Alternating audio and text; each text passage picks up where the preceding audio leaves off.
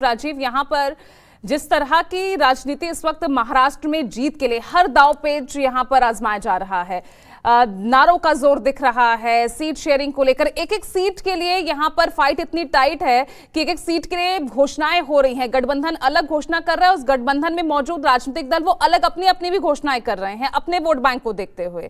तो इस बीच 2 हफ्ते पहले, अब 2 हफ्ते का ही वक्त बचा है महाराष्ट्र चुनाव में, आप यहाँ की सियासत कहाँ खड़ी हुई नजर आपको आ रही है?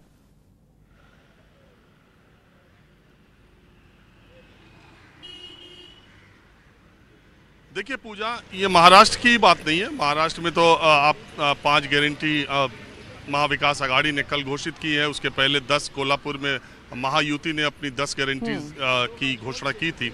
इसके अलावा महाराष्ट्र में इंटरेस्टिंग ये है कि अजीत पवार ने अपनी 50 सीटों पर अलग अलग हर क्षेत्र के लिए उनका घोषणा पत्र है। एनसीपी शरद गुट अपना घोषणा पत्र है और उद्धव ठाकरे अपना अलग घोषणा पत्र है। गारंटीज के अलावा भी अलग अलग पार्टियां अलग अलग तरीके से अपनी घोषणाएं कर रही हैं।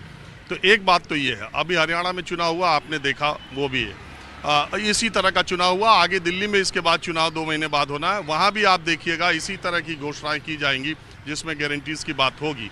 वो अभी देखिए दिवाली में अभी दिवाली बीती है और आपको पता है सारे जितने ऑनलाइन शॉपिंग ऐप्स है और प्लेटफॉर्म्स है और जितने स्टोर्स हैं, सब में दिवाली धमाका, बिग सेल। वैसे ही चुनाव के समय पॉलिटिकल पार्टीज भी अब सेल लगाने लगी हैं और अब वोटर ग्राहक के तौर पर ट्रीट किया जाने लगा है। आप इसको देखिए कि हम ज़्यादा से ज़्यादा ये दे सकते हैं, हम ज़्यादा से ज़्यादा ये दे सकते हैं। सीधे सीधे कहा जा रहा है कि हम आपके अकाउंट में इतना पैसा डालेंगे, हम आपके अकाउंट में इतना पैसा डालेंगे। महाविकास आघाड़ी ने 4,000 रुपये बेरोजगारों को देने के भत्ते का ऐलान किया। सवाल ये है कि जिन पार्टियों ने इतने समय तक, अभी भारतीय जनता पार्टी की सरकार भी महाराष्ट्र में लंबे समय तक रही, एनसीपी कांग्रेस की भी लंबे समय तक रही, बेरोजगारों की इतनी बड़ी फौज खड़ी हो गई, उसके लिए दोनों जिम्मेदार हैं। केंद्र में भी भारतीय जनता पार्टी की 10 साल से सरकार है, 11वें साल में चल रही है। बेरोजगारों को अब नौकरी कितनी मिली नहीं मिली ये सब डिबेट की बात है, लेकिन अब भत्ता देने की बात चली आ रही है। दरअसल पूरी की पूरी राजनीति अब पहले उम्मीदवारों पे ये आरोप लगता था कि पैसे वाले उम्मीदवार मतदाताओं को शराब पिलाते हैं, पैसा देते हैं, एक दिन पहले बांट देते हैं और उससे नतीजे अपने पक्ष में आ जाता है, लोग पैसे के लालच में वोट करते हैं। अब तो पूरा इंस्टीट्यूशनलाइज हो गया है। अब संस्थागत पैसा आपको सीधे सीधे सरकारों की तरफ से, पार्टियों की तरफ से ये कहा जा रहा है कि आपको पैसा मिल जाएगा, आप हमें वोट दीजिए। ये जो गारंटी और भ्रष्टाचार जो हो रहा है, भ्रष्टाचार में जो पैसे लिए गए उस पैसे को रोक करके हम लोगों में उस पैसे को बांट देंगे, एक गारंटी के तौर पर भारत की राजनीति में इसको लाने का काम अरविंद केजरीवाल ने किया। अरविंद केजरीवाल ने ये कहना शुरू किया और जिन नेताओं पर भ्रष्टाचार के आरोप उन्होंने लगाए थे, एक तो खुद उन्हीं की पार्टी पर भ्रष्टाचार के आरोप लग गए और दूसरी बात, जिन नेताओं के खिलाफ वो एक राजनीतिक क्रांति करने की बात कर रहे थे, अब वो सारे नेता, वो सारी पार्टियां फिर वही उसी तरह से कहने लगे कि भ्रष्टाचार का जो पैसा है उसको हम गारंटीज के तौर पर आम लोगों को बांटेंगे। तो ये साइकिल चलता हुआ दिखाई दे रहा है।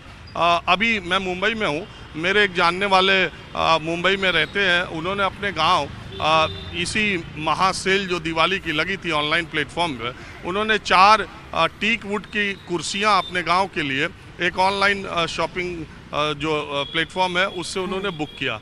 जब गांव में पहुंचा, उनके भाई का फ़ोन आया कि ये तकिया का गिलाफ भैया क्यों भेजा है। उन्होंने तकिया का गिलाफ, मैंने तो कुर्सी ऑर्डर की थी और जो डिलीवरी करने वाला था उसको बाद में जो वापस करते हैं रिटर्न के लिए वो आया, तो उन्होंने कहा कि भैया कुर्सी ऑर्डर किया था, ये तो गिलाफ आया है। उन्होंने कहा ये हम नहीं जानते, जो आया हम वही ले जाएंगे, बाकी आप कस्टमर केयर पे बात कर लीजिए। तो यही बात है, आप चुनाव से पहले ये जो टीक वुड की कुर्सियां देने की बात हो रही है, चुनाव के बाद वो तकिया का गिलाफ हो जाएगा। जनता को जब तक ये समझ में नहीं आएगा कि असल मुद्दों पर चुनाव, स्वास्थ्य, शिक्षा, सड़क, रोजगार, ये सब चीज़ें ज़्यादा इम्पोर्टेंट है। सरकार कोई भी कहीं से भी पैसा लेगी तो वो दूसरी तरफ से आप देगी तो दूसरी तरफ से लेगी। महाराष्ट्र में भी लाड़की बहना योजना, मैंने एक दिन आपको पहले बताया था कि स्टैम्प पेपर 100 रुपये के बंद हो गए। अब 500 से नीचे का स्टैम्प पेपर महाराष्ट्र में नहीं है। तो इसी तरह से जिस जिस राज्य में इस तरह की कल्याणकारी जो तथाकथित योजनाएं कही जाती हैं, उसके बदले में आप देखिए घरेलू सिलेंडर के दाम जहां पहुंचे हैं, कमर्शियल सिलेंडर के दाम लगातार बढ़ते जाते हैं हर दो। तो चूंकि वो आम जनता से रिलेटेड नहीं है, लेकिन उसकी भी खपत बहुत बड़ी संख्या में है, तो पैसा कहीं ना कहीं से तो निकाला जाएगा और फिर वो आपको दिया जाएगा। कुल मिला के महाराष्ट्र में भी यही खेल चल रहा है। और मैं ज़मीनी स्तर पर आपको ये कह सकता हूँ कि जो जून में चुनाव नतीजे आए थे लोकसभा में, जिसमें महाराष्ट्र में 31 सीटें महाविकास आघाड़ी को मिली और 17 सीटें एनडीए को मिली, वो स्थिति बहुत निराशाजनक थी एनडीए के लिए। लेकिन महाराष्ट्र में लाड़की बहना योजना शुरू करके तत्काल 4 जून को नतीजे आए, 28 जून को कैबिनेट की बैठक हुई और उसके बाद ये शुरू हो गया।